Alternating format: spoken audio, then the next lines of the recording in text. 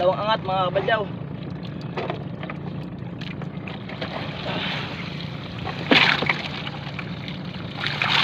Ang tatlong angat.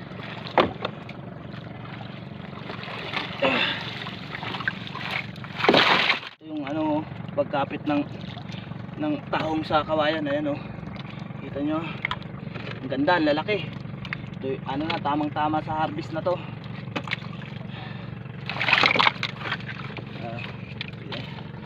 Lalaki na. Ayan mga kabadyaw, tapos na ako magbuso ng tahong. Ito lahat ng mag-iisang na yata to, 150 kilos na to. Ayan, hanggang doon sa sako. Good morning mga kabadyaw. Mag-harvest tayo ng tahong ngayon. May order kasi 150 yung order na tahong, 50 yung kilo. Dito na kami sa gitna ng dagat. Ayan, sama ko yung anak ni kapatid ko.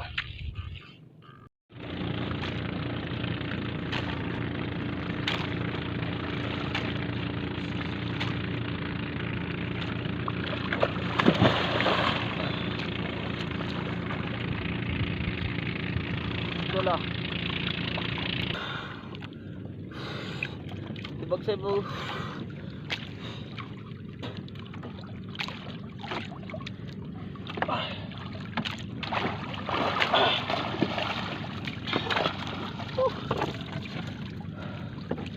Mga kabadyaw, unang angat na ng silong tahong.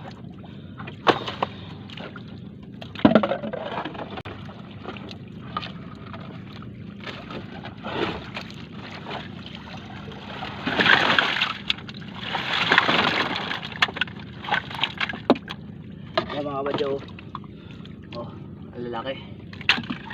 Lalaking tahong mga kabadyaw. Ang daming patay.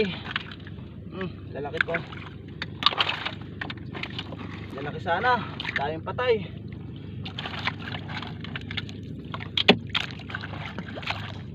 Sayang. Lalaki. Daming patay.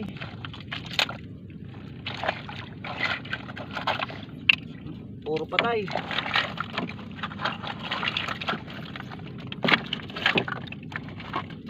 Sayang ng tahong.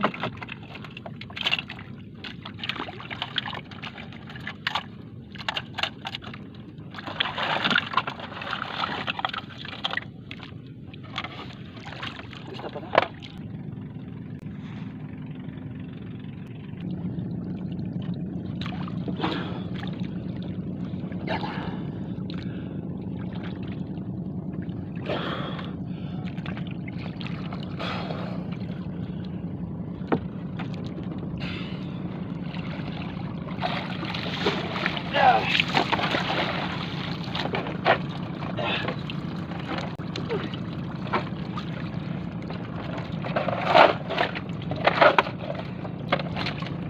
Ang dalawang angat mga kabadyaw.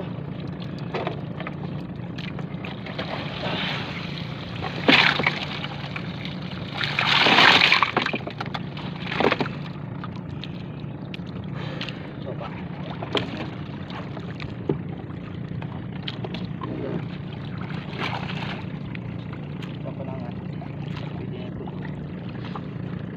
Kita tahu. Lewat.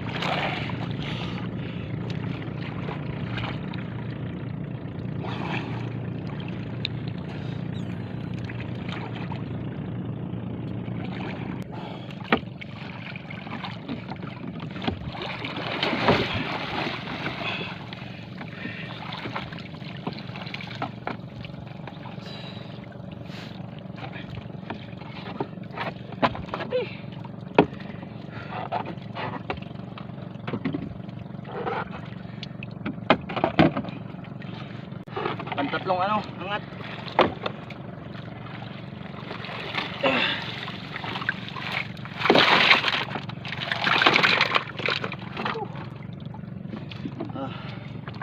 So ganito yung pagkapit ng tahong sa kawayan. Ayan kita nyo, ang ganda, ang lalaki.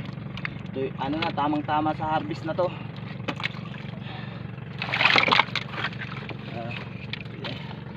Lalaki na. Yan mga kabadyaw, tapos na ako magbuso ng tahong. Ito lahat ng ano, mag-iisang ano na yata to, 150 kilos na to. Yan, hanggang doon sa sako. Dami niyan, ang lalaki pa oh. Yan mga kabadyaw, maglilinis na tayo ng ano, tahong. Dami. Yan, simulan na niya maglinis. Yan oh. Yan, dami, daming tahong. Sa Disyembre naman yung iba para mahal yung kuha. Ayan o, lalaki, grabe o. Uy, mga 150 kilos. Ayan, grabe. Grabe. Dito tayo sa gitna ng dagat. Ayan, ayan at tahungan. Grabe, init na. Uwi na tayo mga kabadyaw. Yan mga kabadyaw, pauwi na tayo. Tama na yung tahong na yan. 50 lang naman yung order. Pag marami yung order eh, marami yung kukunin natin.